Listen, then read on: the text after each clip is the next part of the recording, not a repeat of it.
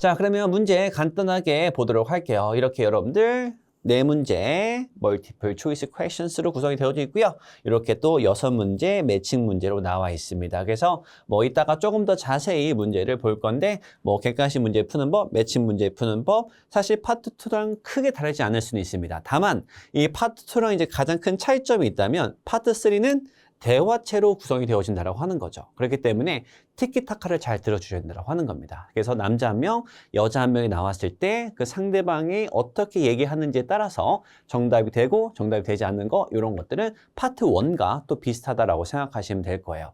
자, 그러면 또 이제 볼게요. 자, multiple choice questions. 항상 여러분들이 문제를 그리고 선택지를 읽고 키워드를 파악하시면서 문제를 푸실 수 있어야겠고요.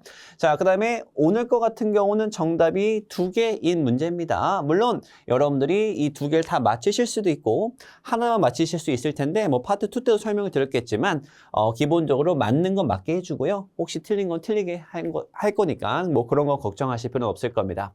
자, 그 다음에 매칭 문제 있겠고요. 방송 전 여러분들 문제 및 박스 안 정보를 파악해야 된다라고 나와 있는데 이 중에서 하나를 읽어야 된다라고 했을 때는 박스 안 정보가 훨씬 더 중요합니다. 저번에도 말씀드렸겠지만 이 문제에 나와 있는 단어의 뜻을 굳이 몰라도 여러분들 문제를 푸는 데는 크게 지장이 없을 수 있다고 하는 거죠.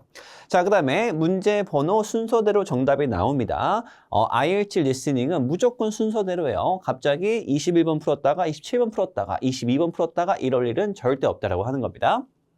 자, 그 다음에 추가로 주어진 정보가 오답일 수 있다.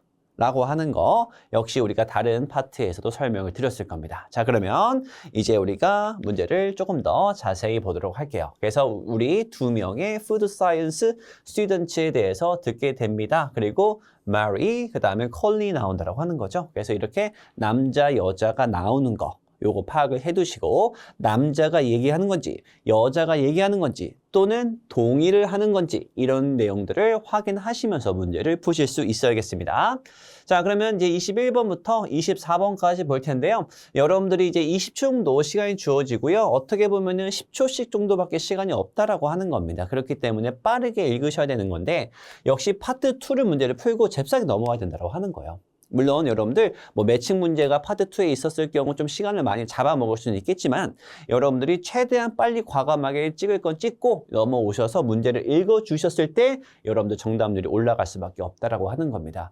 여러분들이 지나간 문제를 계속해서 하염없이 붙잡고 있는다라고 해서 안 풀리는 문제가 풀리진 않는다라고 하는 거죠. 그렇기 때문에 선택과 집중하셔야 됩니다. 그래서 빨리 정답 적으시고 파트 3 와서 문제 꼭 읽어주시고 유의어들 생각해 두셔야 됩니다. 자, 그럼